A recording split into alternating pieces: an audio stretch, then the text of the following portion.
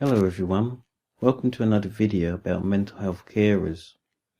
When I mean mental health carers, I mean those who look after someone suffering from mental health difficulties. I do not mean care workers, since they are paid to look after those suffering mental ill health.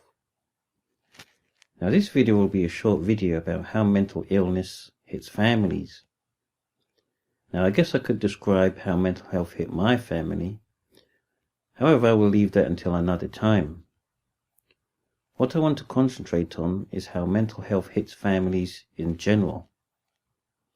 Now, as a reminder, I want to point out that in no way I want those watching this video who suffer from mental illness to feel guilty about what they are going through. So let's begin. When someone close in the family is diagnosed with mental illness, usually there is a lot of confusion.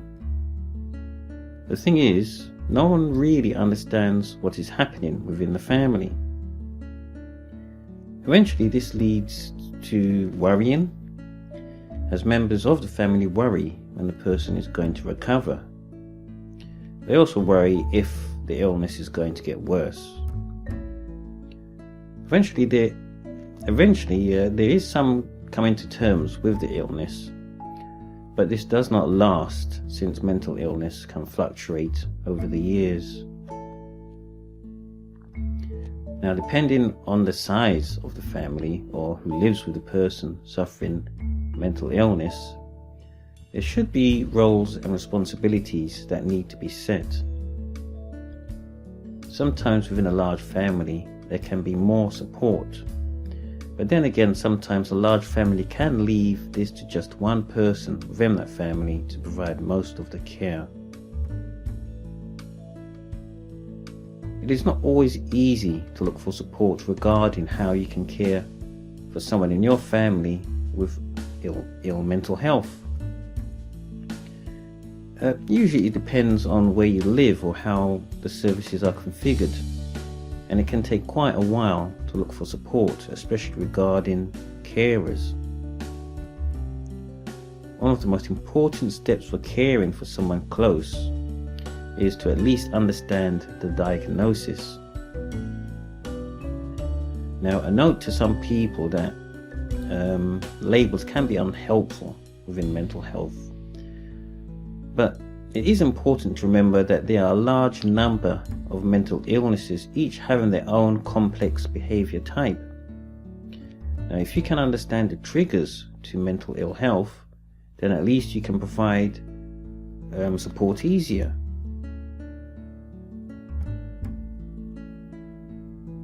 Unfortunately, it can be a large amount of stress that can be placed on the relationship within the family, and it is not always the sufferer's fault. This can be due to misunderstandings on how to communicate with the mentally unwell person.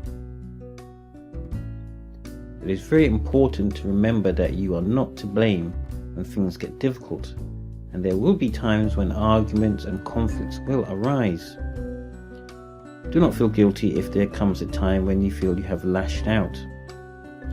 However, coping strategies should be sought after, and it is important to maintain that relationship to your loved one.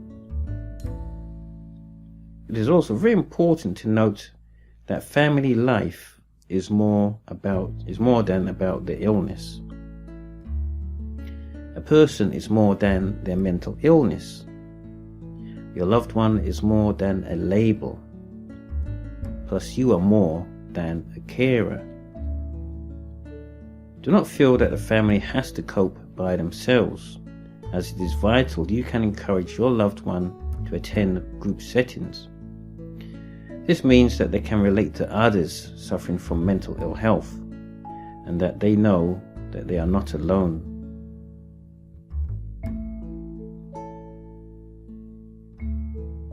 Being a mental health carer within the family can provide skills and strength which are not always reflected on. The family going through mental illness usually has a strong sense of unity, even if it is developed unconsciously. Of course, this is not always the norm, and a lot of families do tend to break down due to the strain of trying to care for a loved one suffering mental health problems. There are also other strengths as carers slowly begin to have the ability to be tolerant, understanding, and caring. But remember, this is not always the norm. Anyway, I'm sure to do more videos about mental illness within the family at a later date. I really hope that you've enjoyed this video and that you can subscribe or comment below. See you next time.